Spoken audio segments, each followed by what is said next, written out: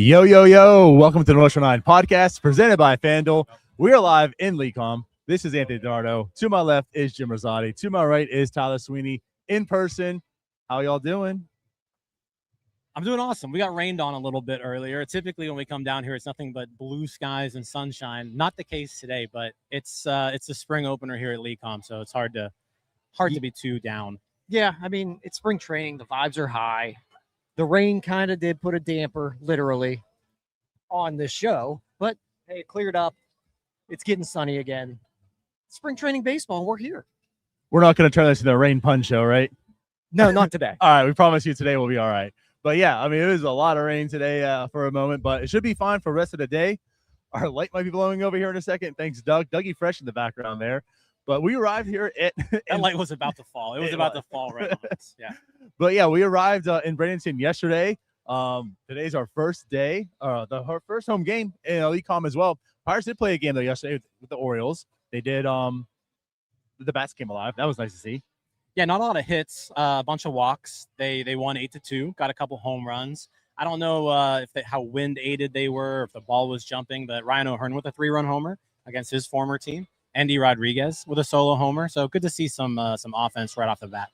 For sure. And at the end of the day, the runs are what matter here. And the process is also what matters. So you're getting the walks. That means you're having some good at-bats. That's a good thing. Yeah, for sure. And Wilbur Dotel took the mound. That's a name I think a lot of people don't really know about, but one that maybe people should start to know about. And, he opened some eyes yesterday as well. So he pitched 2 innings. Looked pretty good out there. Yeah, gave up a run, but the stuff looked really good. And that's what he's been known for. He's added to the 40-man roster, so the Pirates certainly look at him as rotation depth, maybe someone who can help out in the bullpen if needed. But yeah, he looked good for game 1 yesterday. Yeah, from all accounts, the stuff is legit with him. He's kind of in that second, third tier of starting pitching depth with the Pirates. I'd put him kind of with a little bit below Antoine Kelly probably, but he has the stuff where he could rise up these rankings pretty quickly. Right. Yeah, and again, that's something to look for. Alex Stumpf wrote about him last year about adding that splitter and how it's improved, and he's improved his command and stuff, and he's turned into a pretty legit prospect. So it's a guy to watch. It was nice to see him on the opening game and such. But yeah, today it's a whole new day. It's the home opener in PNC Park, and we got another guy on the mound today. Yeah, split squad today also. Well, so actually, half the team is in Clearwater facing the Phillies. The other half is here in Bradenton. So Mitch Keller will be on the mound tonight. I think we all know everything there is to know about Mitch Keller at this point. Mitch Keller, the name of the game right now is essentially get through spring healthy and build up your workload so that on game 1 you can go out there and you can throw 5 to 6 innings if you need to. For sure. Yeah, we're basically at that point, like you just said with Mitch Keller. He knows what he wants to do in spring. He's been through quite a few of these. Results literally do not matter with Mitch Keller right now. Yeah. This is now, it's weird because of the times you've been here, it's been more of a younger team where it's okay, there's battles. You want to see who's doing this, want to do this. And now it's turning to a little bit more of a veteran team. And it's okay, this doesn't really matter. It's like we talked about with some of the veterans before. It's you're just getting your at-bats in. You're just getting your innings in. You're just getting ready for spring. And that's, of course, for the opening day. And that's what Mitch Keller is doing right now. He's just going out there to get prepared for the season. Yeah, that's basically all you need from him. Like Jim said, just stay healthy. That's all it comes down to. Stay healthy, Mitch Keller. Yeah. So we're going to talk about a little bit of the game today, talk about spring training overall. We do have an announcement to actually make as well. Let's kind of kick that off. Let's go ahead and do it, yeah. So you guys know for the past few years, we've done something with Perman on our post-game shows where if you win, you get some sandwiches, right? Well, Tyler, Jim, it's happening again. So we got Perman on our back. They'll be sponsoring the post-game show. And every time the Pirates win, we're giving away sandwiches. So we can't wait. It's been exciting for the past few years. I know you guys have enjoyed it. So we're back, baby. Yeah, it'll officially start in the regular season. So the opening day in New York, we'll kick that off. But post-game shows are back, powered by Perman Brothers. When the Pirates win, you win. 2 winners will get 2 sandwiches each. So, yeah, hopefully give away a lot of sandwiches this year after some Pirates wins. And I'm going to assume you're going to see Ty Ty's dad in the comments quite a few times. Ty Ty's dad, my dad also in the comments, but he hasn't won. He thinks it's rigged. He thinks the competition. Now I'm gonna be honest. Yeah. Ty Ty's dad won quite a few. I'm starting to think it's been rigged. What are you pulling over here? My dad has a strategy. He won't share it with me, but he does have a strategy here. He's not sharing his secrets, but he's getting Permanis. Figure out the strategy this season. That's the big play. But no, I'm excited to have Permanis back on board. I mean, it's something that we love working with them, and yeah, you guys like it too. It gets you guys going. You know what I'm excited about too is I have a feeling, fellas, we'll be giving away a little more sandwiches than we have for the past few years. What are your thoughts? Yeah, I mean, we've been down here the last, what is this, our 5th spring training in a row down here? Fourth spring training in a row. I think It's one. First off, let me just say, it's impossible to not just like be hopeful and optimistic when you're down here. It's just a perfect environment for hopium, right?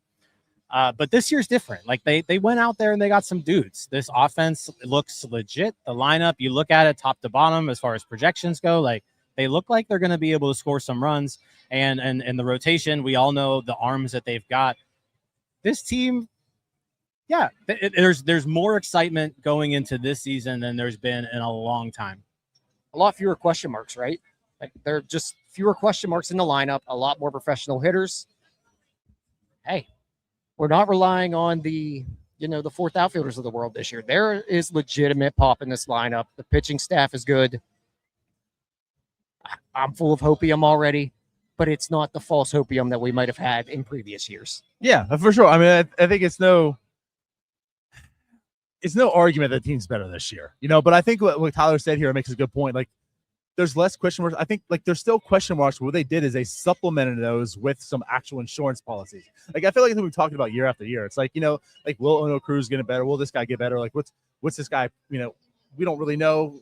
There's still some of those question marks that exist. But like, hey, Brandon Lau's now in the lineup. You kind of know what he is. So like they bring some like insurance policies, but also guys that are like legit veterans. They've been here. They know the process. They know how to win. They've been in organizations that have won. And like when Ryan O'Hearn comes and talks yesterday, like, hey, this kind of feels like the Oriole vibes when they won like 100 games, and it's not like hyperbole. It's not guys coming in just saying things and they sound silly.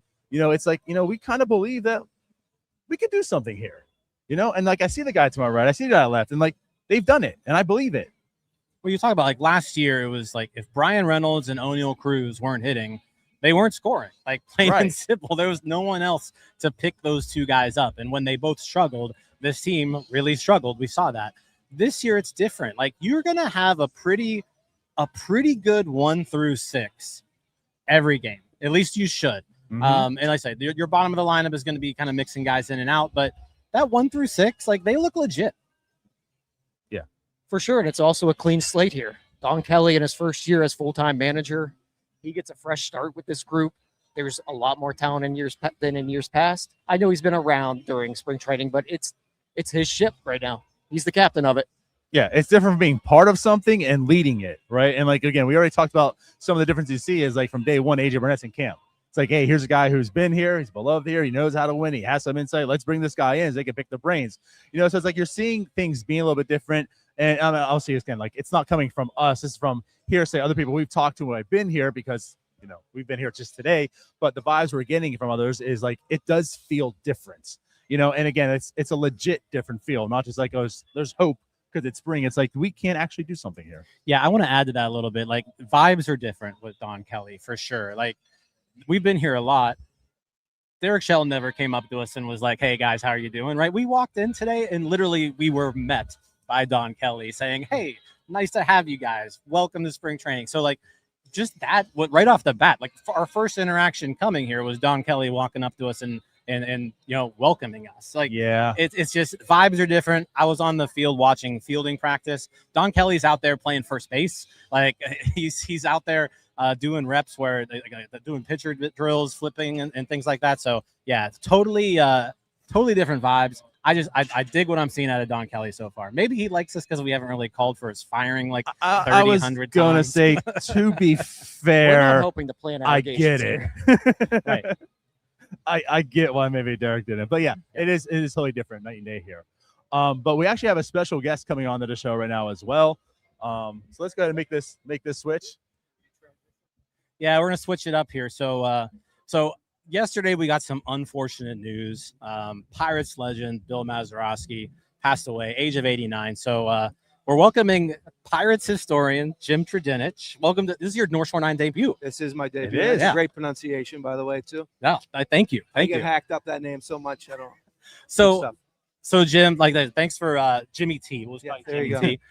Thanks for joining us. But First time on NS9, not the best circumstances. I mean, kind of you come down here and like vibes are so high, and it's like, oh man, that's just killer news. But how long have you known Maz? And not to take anything away from Elroy Face too, but having lost him 10, 12 days ago, and then Maz, I've known Maz since my first spring was 92, and he was around then, so probably 30 years. Wow. And then obviously 01 when he got inducted into the Hall of Fame, I had the luxury of taking him to do his live remotes up in Tampa and for the press conferences and stuff like that. So it was, and what a humble guy. I mean, we're doing this Hall of Fame stuff, and we're doing it live remote outside like Raymond James Stadium for CNN and for ESPN. And we came back to Pirate City to do a little party with Kevin McClatchy, our owner at the time. Couldn't have been more humble. He's just gotten elected to the Hall of Fame, and he was just this humble guy through and through. And I feel like that's the stories you hear from him. Of course, with the passing, everyone's come out with quotes or memories, and just the fun memories you have him, especially in spring training. I mean, him being part of spring training after his retirement and such. And yeah, I mean, what a loss for the organization. It was. I mean, he would tutor. He would show Neil Walker. I know he told stories on the broadcast yesterday of how to, do the phantom tag at second base. But then that came out of that was in for a while. Then Neil said all of a sudden they started enforcing that rule, so it really didn't do him any good there. But having him be around, Warren goes back to Warren Morris days. Back those days, he would be there for us all the time. It was, and not just Maz. Having all the alums and having AJ Burnett in last week. Yeah, it's great to bring back some of the past and have them help out the younger guys. I think what makes Maz so unique was we all know about his play. We know about the glove, the Gold Gloves, the All-Stars, obviously the home run, where, in my opinion, best home run hit in the history of baseball. No doubt. But on top of that, just the guy he was, really more than anything. Like I said, I didn't really know him, but I ran into him a handful of times, and I can't remember an interaction with him that just wasn't perfect. It was just a great guy. And I don't know if you got any your favorite Maz story that you want to share, but I think he was just to that point too about him being humble. People, I think he got more joy out of having people come up to him and say, "Oh, that was a great home." To him, it was just a home run. And it's just a home run. Like we said, it was the greatest home run in probably baseball history. But he would just, I think, get a lot of joy out of having people come up to him and just reminisce about being around and watching his career all the way, with the Pirates for those years. The stories, I mean, our son was the spring of 01 for me personally. We had Maz go to the Hall of Fame. My son was born in March, and our ballpark was being built in Pittsburgh. So yeah. It was a heck of a month. But he remembered him and his wife Mylene bought Zach something for his birth, and gave Michelle and my wife and myself a nice little birth gift for him. But I think just the stories of hanging around with him and Teak, and I don't smoke cigars, but my lungs are probably a little deadened by the fact that him those two and Blast would be smoking their stogies back in the trunk rooms in the old clubhouse at McKechnie and at Pirate City. Just having him be around, I think, was just good. And Willie Stargell, I remember a good time I have a good picture of me and Willie and Maz. They were those two on the cart, and I'm just standing up next to them. It was just good memories. It's awesome. Well, so you've been here since 92. So this is your what is it, 30? First time, full-time 89. Okay. And then, so it's my 38th year with the Pirates. Okay. I interned with them in 85. So 41 years in baseball, more or less. So, and it never gets old. I know every year this time I'm like, we're like, after yesterday, I said, Hearn's going to hit 50. We're going to win 95 games. My brother says, quit drinking the Kool-Aid. But I always go into the year like, you never know what's going to happen. If this guy hits, you got a lot of ifs like we had the last 4 or 5 years. But I mean, look at 11 and 12. They were great years, and we had the unfortunate collapses, but nothing better than we all know 13, 14, 15. And having AJ be here and just they can expound on what he did and just breathe his winning vibes and giving up some balls and more swagger. I think, it never gets old for me. My office is at PNC Park. Coming down here to spring training for 34 or 5 years, I'm Buffalo. You can't beat that. No, it's the best. I mean, granted, today's a little chilly and tomorrow's gonna be really cold, but there's nothing better than Bradenton and LECOM Park. Yeah, love it. Well, hey, thanks for hopping on here. Hey, have me on anytime. I'm always available. All right, we'll absolutely. Get back. All right, boys. So, thanks, man. Thanks. All right, so that was Jimmy T, Jim Trdinich, Pirates team historian, and like I said, been with the organization for forever. So wanted to have him hop on, talk about Maz a little bit. That was just, gosh, I woke up yesterday, got that news, and we were leaving for spring training, and so it was like a happy day. But then you read that, and I was like, what just a killer, because he's meant so much. I mean, obviously wasn't playing when any of us were alive, but it's one of those things where like legends like the outside Doug saw him, but like legends like that, they live on. Doug saw him grow up. Yeah, like a little kid. They live on, and like we all know the importance of Bill Mazeroski, not only to like the city, but this team and the fan base and everyone around it. So that sucked. That sucked yesterday. Right. And much like he said, and fresh off the heels of Elroy Fates as well. I mean, two Pirates legends, you look at it back. And Dave Justy, a little bit before that. Actually, right. So yeah, it's loss for the Pirates community here, but definitely some fun memories that I take back again, not personally, but you can't not know what he's done for this team organization and that home run. Yeah. So thanks for Jimmy T for hopping on there, talking about Maz a little bit. But let's talk about today a little more. So we've got lineups. It's windy. Mitch Keller starting. There's huge revenge game today, by the way. We've got Brandon Lau, Alika Williams, Edward Olivares, Ryan Vilade, and then starting for the Rays, Jake Woodford. Revenge game times 5 today. Spring training game for the ages. This is gonna be just a Ryan O'Hearn got his party matchup. Ryan O'Hearn got his yesterday. That's right. Yeah. That's right. Brandon Lau day today. What a way to start off this Pirate season. But no, I mean, hey, it's the first game for a lot of these guys. It's spring training. It's the very beginning. Like we talked about, you're not really looking a whole lot for some of these guys we're talking about here. It's just getting their at bats. But there are some interesting guys in the lineup that are, fresh and brand new. I mean, actually, can I take a look at it? Yeah, take a peek at the lineup. Well, the lineup's not here, but as far as the pitching staff goes, so like I said, Mitch Keller's pitching today, starting.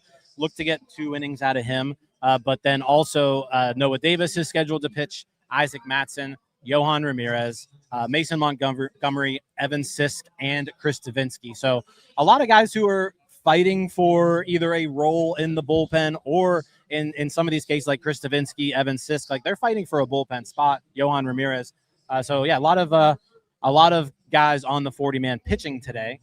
Offensively, Henry Davis catching, Brandon Lau getting his first spring taste, I think, today. I don't think he was in yesterday's lineup. Nope. Brian Reynolds starting. So yeah, lots of people to watch today. Yeah, for sure. And add in, like you said, like Henry Davis, like he's got an important piece this year. Like we know Reynolds and O'Neill Cruz are probably like the most important. Like this team's going to go probably as far as they can take them, right? But Henry Davis is a big year for him. There's a big, tremendous improvements last year defensively. But the calling card was always the offense. So it's like, is this year that maybe the offense comes out? We did see batting practice today. He was involved. Wasn't the most impressive part, but it's the early on stages. But again, like he's a guy that you're going to watch, heavily this spring training for sure. Yeah, he's the guy that you're keeping an eye on. And like you said, is he the most important piece of the Pirates? Probably not. It's definitely going to lean more towards Brian Reynolds or in O'Neill Cruz. But it's a very important year for Henry Davis himself.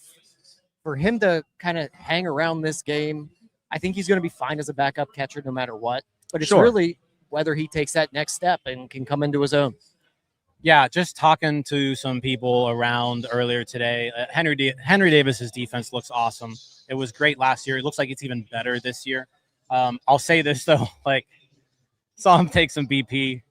It was rough. Some rough BP from Henry Davis today. It's, February 22nd, so I'm not going to read too much into it. But it was where I'm hoping to be at right now. Lots of pop-ups into the batting cage, lots of pop-ups to the infield. I was just going to pretend like I never saw it. It wasn't the best. Well, it's coming out now. It wasn't the best, yes. But again, BP I've seen. It's one BP in late February. Hopefully he's going to improve upon that. But not only him, the password, Justin Garcia is going to be playing today. Yep. I mean, that's certainly a guy you want to keep your eyes on. He's going to make the roster. He's going to go AAA. We don't know. There's also some really intriguing stuff. I mean, that's a big trade that Pirates made this year to get him. So yeah, I mean, I definitely want to, keep an eye on him and see what he's doing. Is the contact there? We know the power can be there. I mean, just selfishly, I just want to see him play.